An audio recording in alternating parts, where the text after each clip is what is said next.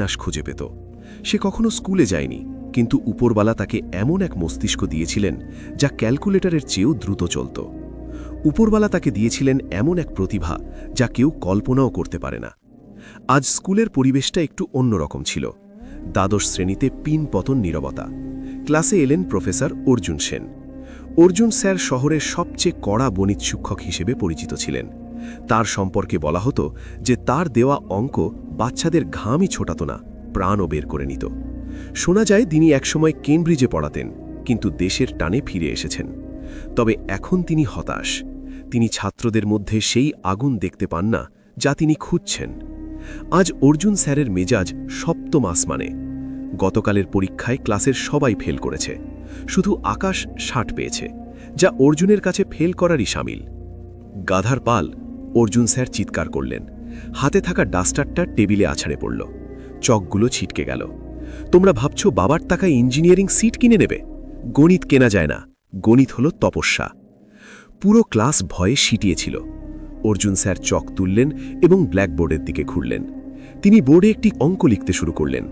এটি কোনো সাধারণ অঙ্ক ছিল না। এটি ছিল ফরম্যাটস লাস্ট থিওরেম এবং কোয়ান্টাম গণিতের এমন এক জটিল প্রশ্ন যা দেখে বড় বড় প্রফেসরের হাতও কেঁপে যাবে। বোর্ডটি অদ্ভুত সব চিহ্ন আর সংখ্যায় ভরে গেল। 10 মিনিট ধরে তিনি লিখতে থাকলেন। যখন তিনি পেছনে ঘুরলেন, তার চোখে ছিল এক চ্যালেঞ্জ। এই প্রশ্ন, তিনি গম্ভীর স্বরে বললেন, আমি আমার যৌবনের 15টা বছর এটা সমাধান করতে ব্যয় করেছি। এটা আজও অসম্পূর্ণ। আমি এর নাম দিয়েছি মৃত্যুফাঁদ। আমি তোমাদের ধনী বাচ্চাদের খোলা চ্যালেঞ্জ দিচ্ছি।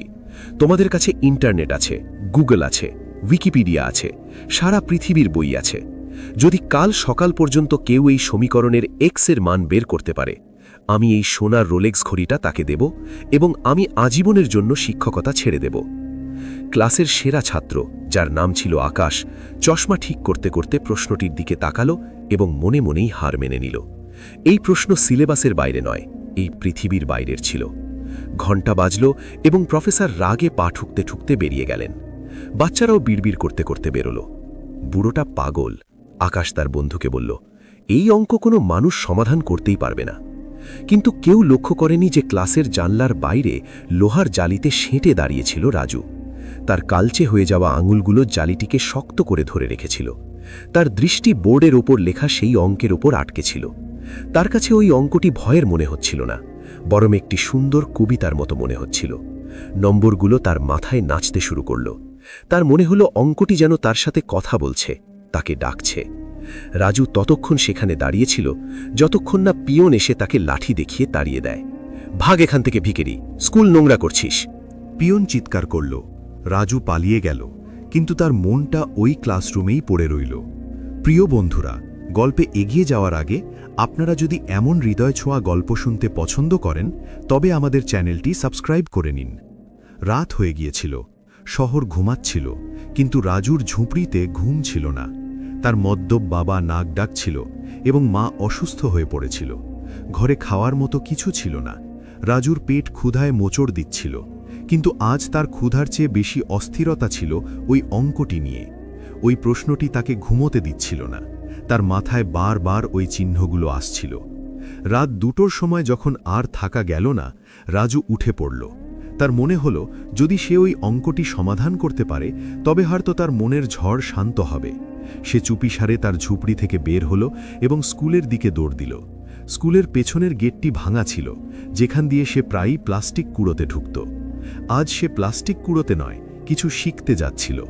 স্কুলের করিডোর অন্ধকারে ডুবেছিল। গার্ড সামনের গেটে ঘুমাচ্ছিল। রাজু ছায়ার মতো স্কুলের ক্লাসরুমের জানলা পর্যন্ত পৌঁছাল। জানলা খোলা ছিল, সে ভেতরে লাফ দিল। ক্লাসে ঘুটঘুটের অন্ধকার, শুধু বাইরে থেকে স্ট্রিট লাইটের হালকা আলো আসছিল, যা সরাসরি ব্ল্যাকবোর্ডের ওপর পড়ছিল। বোর্ডে ওই প্রশ্নটি তখনও সেভাবেই লেখা ছিল, যেন কোনো ভূত মুখ হাঁ করে দাঁড়িয়ে আছে। রাজু ধীরে ধীরে এগিয়ে গেল। তার পা কাঁপছিল। ভয় এটা ছিল না যে সে ধরা পড়ে যাবে, ভয় এটা ছিল যে সে কি এটা করতে পারবে। সে শিক্ষকের টেবিল থেকে চকের একটি টুকরো তুলল। ওই চক তার খসখসে নোংরা হাতে বেমানান লাগছিল। সে লিখতে শুরু করল, খট খট। নিস্তব্ধতায় চকের শব্দ প্রতিধ্বনিত হতে লাগল।